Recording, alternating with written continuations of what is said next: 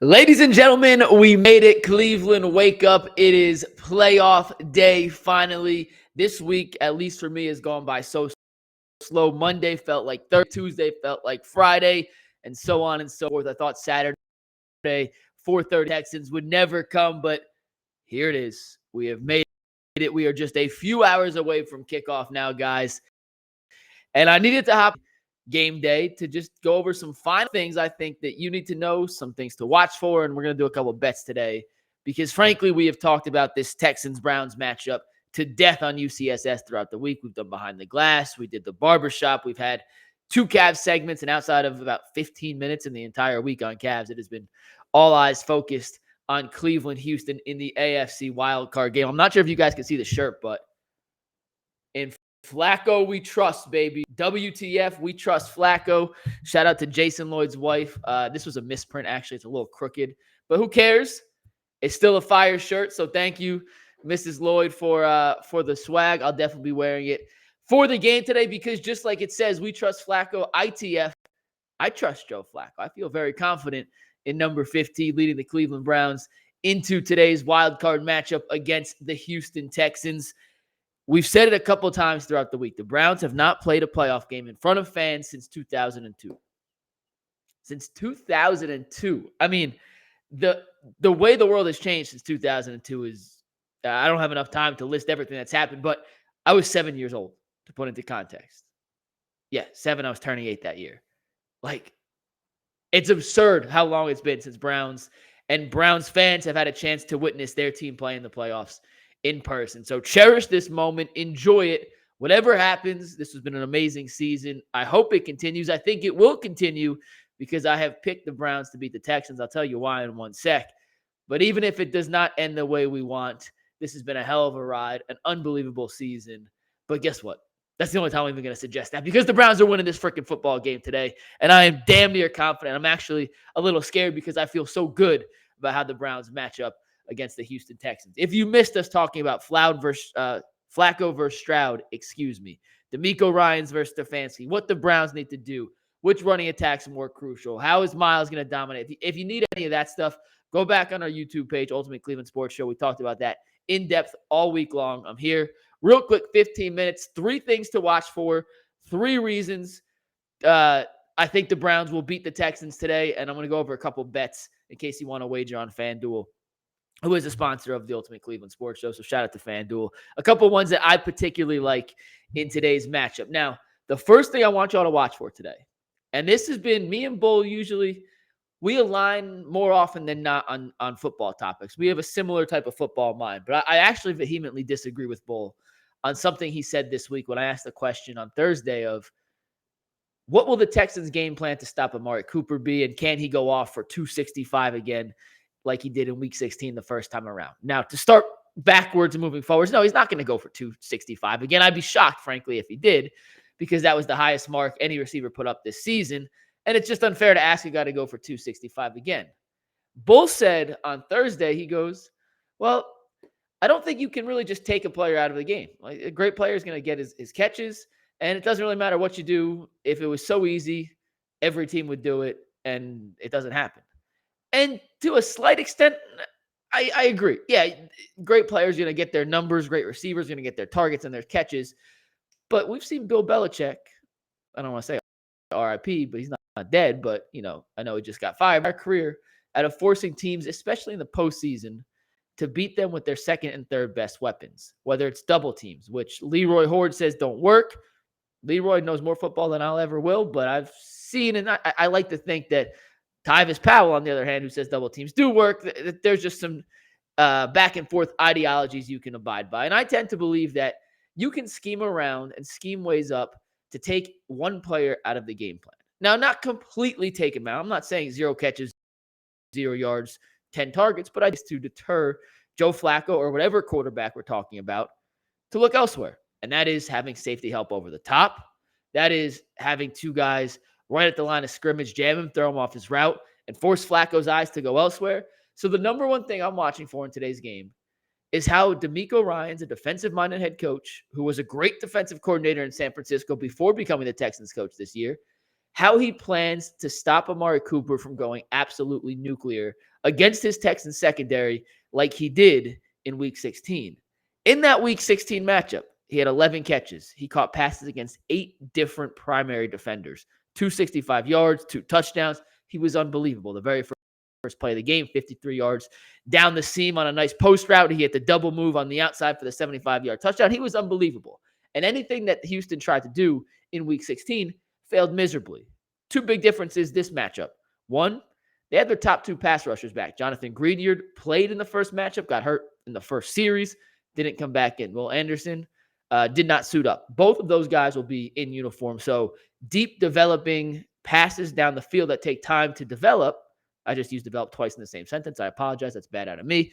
But passes that take a while to develop, that need time for these route combinations to hit, double moves, etc., become a little more difficult when you have 2 pretty damn good pass rushers barreling down in your quarterback. Now, that's not to say they won't try it. Stefanski should still be aggressive. I agree with Bull, who said on Friday, aggressive is the key word for the Browns game plan. I totally agree with all that. But I think expecting Joe Flacco to have as much time in the pocket as he had in Week 16 against Houston is unfair just because of the caliber of guys that will be coming after him from the defensive side of Houston. You add back your 2 best pass rushers. Jonathan Greenard had 13 sacks this year, 1 fewer than Myles Garrett. So the dude could play, and he was only on the field for a few plays in that first matchup. I think Houston, and once again, y'all know me, I play basketball. I'm not a football expert. I just like to watch a lot of tape. I think Houston will shade him with the extra high safety. He beat Jimmy Ward on that first post route Amari did in the first matchup. And after that, Jimmy Ward, when he was on Amari's side, he didn't get beat deep. Everything was underneath. It was a comeback route. That 4th down catch he made, the miraculous, maybe my favorite play of the entire season, that miraculous 4th down catch he made when the Browns would have attempted a field goal had Dustin Hopkins been healthy. But obviously he was hurt, so they went for it. They got the completion. It was incredible. He made it on the left sideline if you're watching the TV with a defender draped all over him. That was the only time Jimmy Ward was considered a help side high safety defender in that Texans game. So he was 2 for 2 on catches for 70 yards. But after that first deep bomb where he got Jimmy was giving him a massive cushion and keeping everything in front of him. They also could shade a linebacker with a hook coverage or a hook zone, whatever, drop zone, whatever you want to call the terminology, over to Amari's side. So if he is running these intermediate routes, Flacco has to put enough touch to get it over the linebacker, but also enough zip that the defensive back can't drive on it and pick him off before the ball gets to Amari Cooper. So I think there are ways for Houston not to take out Amari Cooper, not to stop Amari Cooper, but to deter Joe Flacco from locking into Amari Cooper from the pre-snap read and making sure that number 2 is getting the ball. Now, if that happens, and I think it will, I think it's a massive day for David Njoku, guys. I do, because you can't guard everybody. And the one thing, I go back to Bill Belichick with this, he always said, I can live with myself if their number 2 and number 3s beat me. If it's not Michael Jordan, if Scottie Pippen's going to go off for 60, so be it. I can sleep at night knowing that that's how I lost. But I can't let MJ beat me. I can't let Tyreek Hill beat me. It has to be someone else. I can't let, in the Browns case, I can't let Amari Cooper beat me. If Njoku beats me, so be it. But it's not going to be Amari, which is why I'm expecting a monster game from David Njoku, who's played his best football of the season with Joe Flacco at the helm. When these two played the first time, I thought we were going to see a massive Njoku game because on paper, at least, the Texans cornerbacks are a little better than their linebackers in coverage. That proved not to be the case. That's why numbers don't always tell the story. Cooper went off, Njoku, 6 catches, 44 yards, and a miraculous touchdown. But I think David Njoku is a guy who, if they do decide to shift an extra set of eyes, an extra set of hands, extra attention to Amari Cooper, will have a breakout game. And that's something we've seen in the last month of the season, 3 out of the 4 weeks. And once again, it's not rocket science. He is their second best option on the outside. And Elijah Moore should be back as well, which will help. His targets have gone down, down, down until the Jets game with Joe Flacco. And then he got concussed, obviously. So hopefully he's back in full form. But I am really curious and interested to see how Demeco Ryans changes his approach to trying to slow down Amari Cooper. The second thing I want to watch, number 2, is how the Texans try and utilize Devin Singletary. If you go back and watch all of the games the Browns have lost this season, outside of Pittsburgh in week 2, that was the anomaly.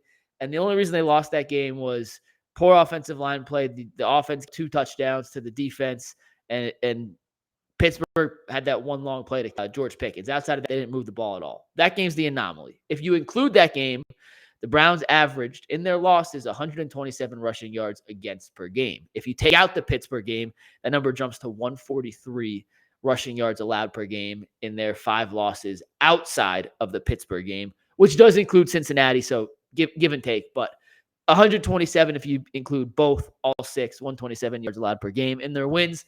That number's in the low 90s. So Devin Singletary, since taking over for Dameon Pierce, has really revitalized the Houston Texans running game. You look at their season numbers in total, they're middle of the pack in rushing. They're actually in the bottom third, really. They're 23rd in overall rushing yards per game. But since Dameon Pierce was benched and Devin Singletary took over, they're right around the middle of the pack. And the one thing Singletary does, which has actually really hurt the Browns in the past, is they utilize traps, and he's really patient before hitting the hole. And Jonathan Wells, who was on our show on Friday, who played running back for the Texans, the Cleveland native, he was awesome, by the way. Highly recommend you go back and listen to that interview. His energy was unmatched. One of my favorite guests we've had on in a long time. He talked about Singletary's ability to be patient, let the blocks develop, and then attack. And why that's a little bit of a worry for me is the Browns' pass rush is so dominant, and Myles Garrett is so damn good at getting to the quarterback that he often doesn't have run-contained responsibilities. The ball is snapped, and he's getting in the backfield ASAP. Like that. Before you can blink, his time per pressure, or TTP ratio on PFF, is the second lowest in the NFL, only behind Micah Parsons. He's getting pressure on the quarterback almost immediate. Less than 2 seconds, he's in the backfield making the quarterback move off their mark. But what that also does is that exposes a lane for the offense to run through, and we saw the Los Angeles Rams and we saw the Denver Broncos really take advantage of that earlier in the season. I don't think the Houston running game is nearly as good, creative, or physical as those previous 2 teams I mentioned, the Rams and the Broncos. However, they have a rookie quarterback, and CJ Stroud's been awesome. He's the third thing I want to look for in a sec. I'll talk about him in 1 minute. But as good as he's been, he is a rookie quarterback going against the top pass defense in football in his playoff debut. I think Slovic, the offensive coordinator for Houston, Demeco Ryans, I think those guys are going to do everything they can do to have a balanced offensive attack later today, and not just put it all on the rookie's shoulders. So with that in mind, I do think we're going to see a heavy dose of Devin Singletary early, and I think it's not going to be a traditional, conventional formation, handoff, halfback dive up the middle, try to move the chains. I think it's going to be a little more creative out of the shotgun, put the Browns defense in a situation where it's not a run tendency formation. It's out of shotgun. It's 3 wide, no fullback. And then try to use the Browns' dominant pass rush against them. So I'm really curious to see how the Browns stop the run and how creative the Texans get in attempting to use their running backs and use what the Browns do best against them. And CJ Stroud's the last thing I'm looking for. Now, Flacco has the experience. Stroud has the regular season numbers. We did the whole 5 stats you need to know. We did the whole breakdown on CJ Stroud. He's better against zone, not as good against man. The Browns play a ton of man. His pressure against his PFF grade under pressure is significantly worse than it is in a clean pocket. He doesn't turn the ball up. The kid's been phenomenal. And I think we've actually downplayed a little bit how good he's been this season as a rookie. And this is less of a thing to watch, just more of a thing to keep in mind. The Texans this season are the 5th team since 2002. I believe I heard this stat this morning. It was 2004. But since the early 2000s, just the 5th team in recent history, we'll just say that, the 5th team in recent history, to have a rookie quarterback and a rookie head coach make the playoffs together. Think about that. This is going a long time. Just the 5th time rookie head coach, rookie quarterback have made the playoffs. Or it's won the division. Sorry, that's won their division. Rookie head coach, rookie quarterback won their division. 5th in recent memory. Do you know who was another pair of quarterbacks who did that back in the day? Joe Flacco and John Harbaugh in 2008 with the Baltimore Ravens. They were the 5th most recent one to do that. So, how did the Ravens do in 2008? They won a playoff game. They won 2 playoff games. They lost to Tom Brady and the New England Patriots in the AFC Championship game. I say all of that to say we can overlook playoff experience all we want. We could say it's important. We had Leroy say it doesn't matter. We had Aditi say it means everything. We had Tim Couch say, I think it's helpful. We said Jonathan Wells say, I don't care. CJ Stroud's a baller. I never played. I don't know what playoff experience doesn't do. All I'm saying is I'm not writing out a guy who had an unbelievable rookie season because he hasn't played in a playoff game. I just think that's unfair to CJ Stroud. I do think it is fair, however, to say CJ Stroud put up these tremendous numbers, but he struggled against the best pass defenses he faced this season. Like, both can be true at the same time. CJ Stroud was tremendous. He struggled against the better defenses he faced. He definitely destroyed a bad defense, and one thing we know for sure, the Cleveland Browns defense is anything but bad. So given the choice, Flacco or Stroud, we trust Joe Flacco. Don't get this twisted. But I think we maybe have overwritten what CJ Stroud has done this year. And I just know going into the game later today, I'm paying my respect to the Rook. He's earned that from me. He's earned that.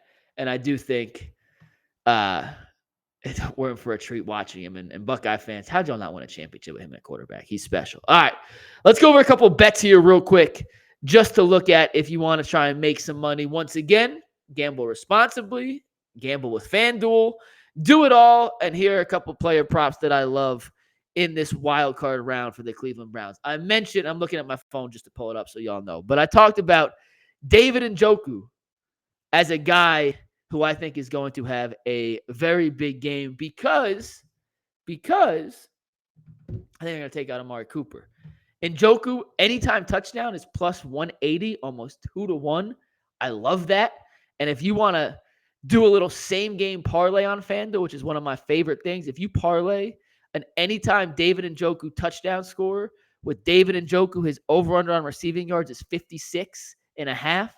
Over-under on Njoku going for 57 yards and scoring a touchdown gives you it's plus 298. So damn near 3-1 return on your investment. I highly think that is one I'll be placing a few dollars on. You look at the passing props, the passing yards for Joe Flacco. If I had told you guys 7 weeks ago that the over-under for passing yards in a playoff game against an average defense was going to be 275.5, 30 yards more than CJ Stroud, who led the NFL among qualified quarterbacks in yards per game this season.